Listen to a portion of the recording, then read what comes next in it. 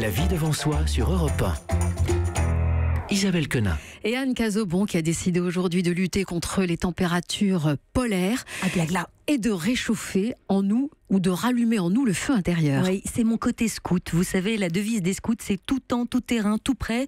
Bien, c'est un peu la même chose pour ce qui est du développement personnel, parce que c'est trop facile d'être zen et aligné sur un tapis de yoga, à Bali, en plein été, face à la mer, loin des écrans, ou dans une salle de méditation avec uniquement des gens bienveillants, souriants, sympathiques.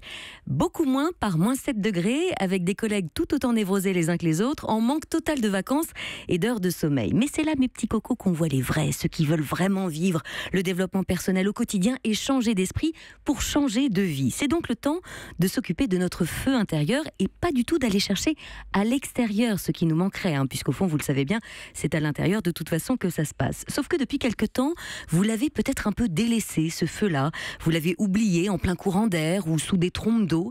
C'est comme s'il était attaqué de toutes parts parce qu'au quotidien, vous côtoyez en permanence peut-être des personnes qui vous vident émotionnellement, ceux que l'on appelle les fameux vampires énergétiques, ceux qui vous pompent votre jus, votre créativité, votre pouvoir, ceux qui ne supportent pas d'ailleurs que vous alliez bien parce que vous leur tendez ainsi un miroir de leur propre état qui n'est pas bien brillant et qu'ils ne veulent pas voir. Bref, c'est ceux qui ont tenté d'étouffer et de faire presque disparaître votre feu intérieur.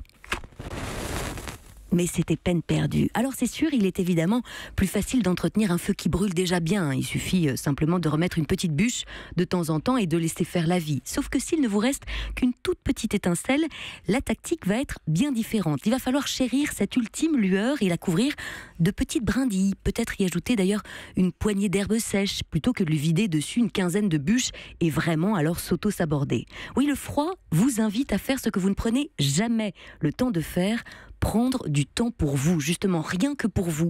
Vous occuper de votre intérieur. Trier enfin le tiroir plein de bazar. Allumer quelques bougies pour tamiser, parfumer votre nid douillet.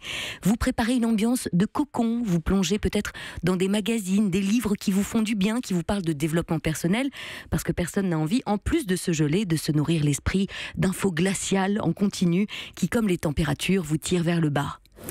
Et chacune de ces brindilles que vous allez ajouter va prendre la forme d'une action que vous ferez pour vous faire du bien. Ça peut être une activité artistique ou manuelle que vous aviez délaissée ou laissée de côté. Ce tricot commencé il y a 2 ans peut-être, qu'il faudrait quand même penser à terminer.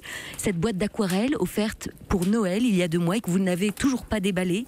Ce puzzle qui vous calme les nerfs après une rude journée. Ce bon vieux disque d'opéra, de jazz, de musique japonaise que vous avez tellement écouté et que vous décidez enfin à ressortir comme une petite Madeleine de Proust à déguster, cette baignoire que vous allez enfin inaugurer dans sa version bain moussant, ces photos de vacances stockées sur un disque dur que vous ne prenez jamais le temps de faire développer. Oui, l'hiver, c'est définitivement une invitation à souffler tout doucement sur cette lueur qui était sur le point de s'éteindre en vous, sur ce feu intérieur qui va repartir de plus belle. Et au passage, on salue la qualité des bruitages. L'allumette, le feu de cheminée, grande production à chaque tout fois. y était.